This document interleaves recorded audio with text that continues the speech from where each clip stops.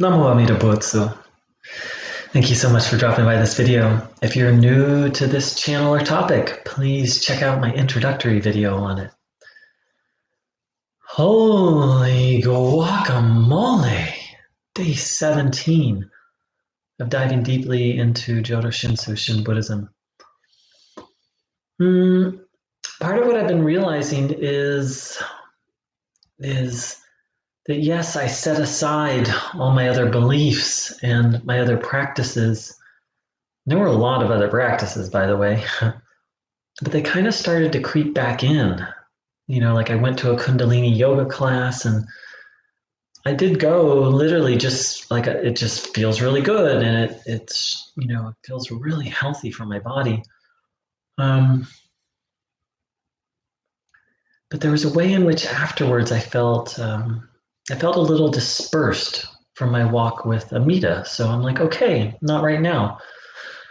But I have been, and so part of what I've been dancing with is what the difference between self-care and self-power practices. Like it's okay to meditate, at least according to Paul Roberts, if it helps with stress, if it helps with pain management, it just helps you be a more calm person. But whereas it's not okay to meditate with the intention of becoming enlightened, at least in this tradition, in which we're really relying completely on Amida Buddha.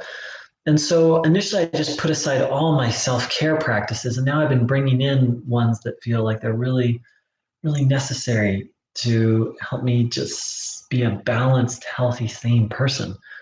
So that's been an interesting dance to explore. Still am exploring it. And so, yes, I went to a Kundalini yoga class, not for the spiritual growth. It's its own spiritual tradition, just for the physical, energetic benefits, the health benefits, really. But I left feeling like, no, I felt kind of disconnected from Amida. Whereas there are other practices, like I do a thing called REBT, Rational Emotive Behavioral Therapy, the first form of cognitive therapy, where you write out your negative thoughts and you identify distortions and change the thoughts. And it really helps me just stay balanced. And so I brought that back in and just really crystal clear with myself, like, okay, I'm doing this just to help me be a more healthy, balanced person. I'm not seeking enlightenment through this. So that's been a process. And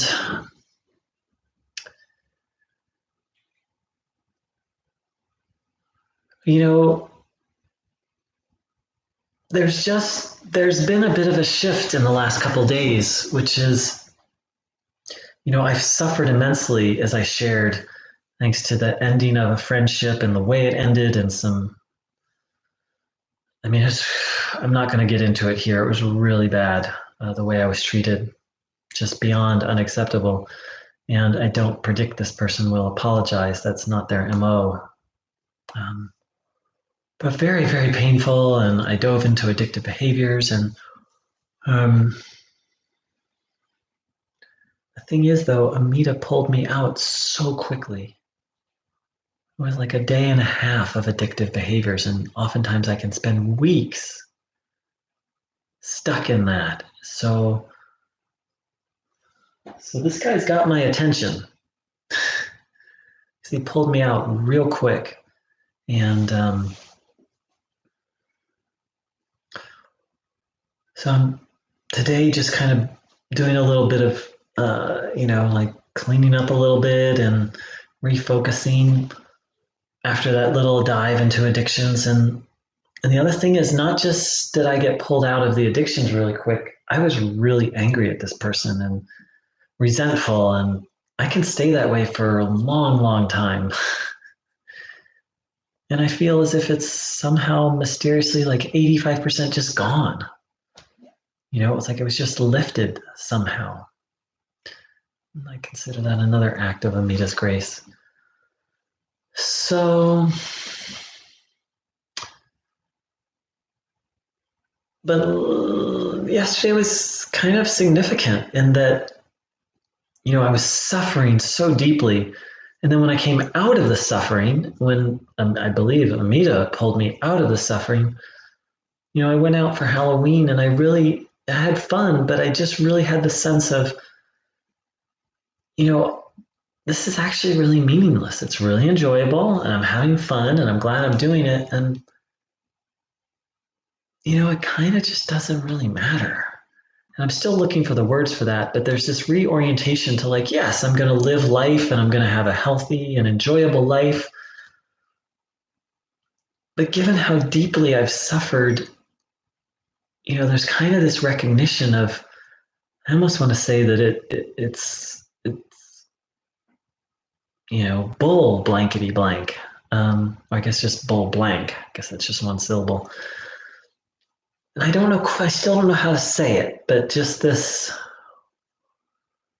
it's almost like, in the past is like I would have gone out to do Halloween to be happy or to fill me up or to complete me. Or it's like I'm not grasping at life as much. And I'm recognizing that grasping was really just absurd. That's not where happiness is ever going to be found. Temporary happiness, yes. Joy, yes. Pleasure, yes.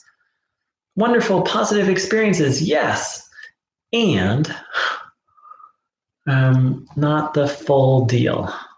Not the full deal. So I'm just being with that today and finding the balance between, being detached from life and yet still engaging and showing up. And don't claim to have all the answers yet. So I think that's all I have for now.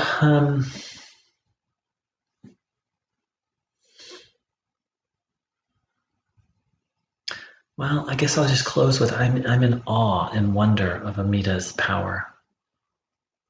My first contact with Amita was 25, going on 26, 25 and a half years ago, and had a very, very powerful initial connection. And then it just kind of faded off. But I'm just in these last 17 days, I've really been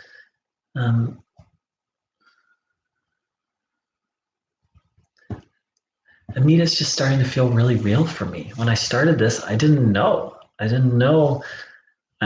intellectually kind of knew the tradition, but I didn't really have this feeling of like knowing whether this is a real being or not. And I'm really starting to have the sense of creating a relationship with a very real being and a very real reality that intersects and interacts with this reality. And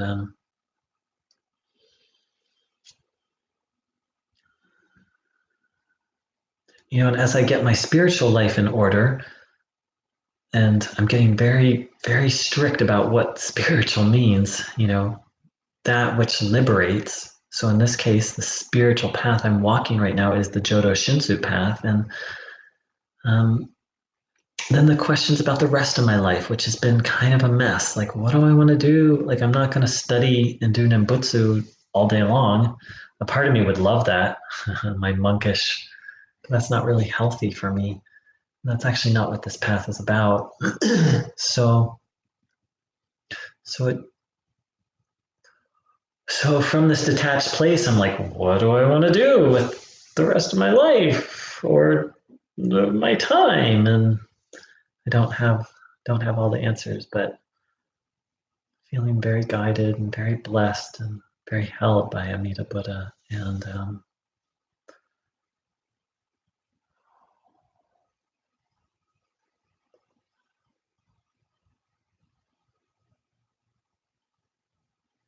I'm starting to feel grateful for all the bad things that have happened to me, all the deep suffering I've had that's leading me to just seek Amita so deeply. And a lot of the suffering is I've caused it myself. I was reading something in Renyo today where Renyo said, the more we reflect on our ignorance, the more that brings in Amita's, I think he said, benevolent forbearance. And I can connect with that to really be like, yeah, I'm a hopeless case on my own. Self-power for Buddhahood, much less to have even a functional life. At this point, it's really not possible. Neither Buddhahood, having a functional life, much less Buddhahood on my own power. It's not going to happen. And as this channel goes on, I'll share more about the wreckage of my past that really has brought me to my knees and brought me to seek Amitas' benevolent forbearance so strongly. Um,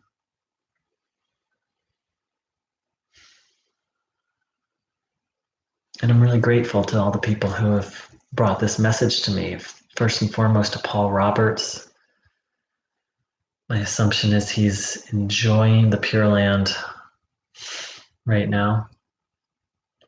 To Rick St. Clair, who's the moderator for Shin Buddhist, an online Shin Buddhist group. He's answered a lot of my questions. And now to Rev Josho in Romania, a Jodo Shinshu priest who's very directly pointing me to the primal vow and entrusting. So I'm just grateful to all of them. And I feel the aspiration within myself to be a Dharma teacher. Who can say where I'll end up or how things will go?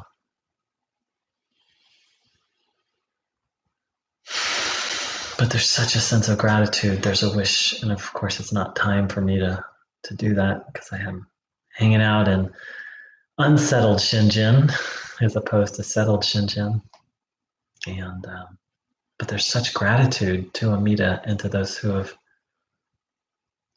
helped me on this path. And there's a wish to offer this gift to others. So thank you for being one of those to receive this gift. And I wish you a day of deep reflecting and deep listening and humility. Humility seems to be the way. Yeah, Shaku, I'm sorry, I'm forgetting his last name. He just said it so well as paraphrase. It's another YouTuber here, and I'm forgetting his last name right now. I'm a little embarrassed. He said in essence, he said when he gets out of the way, then that creates room for Amita to come in. And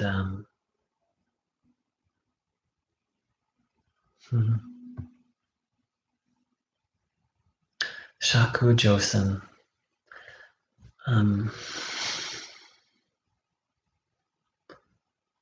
So that's what I'm learning to do, to get out of the way and let Amita in. And the last thing is, Paul Roberts, he talks about it in his video, Emotional Obstacles to Shinjin.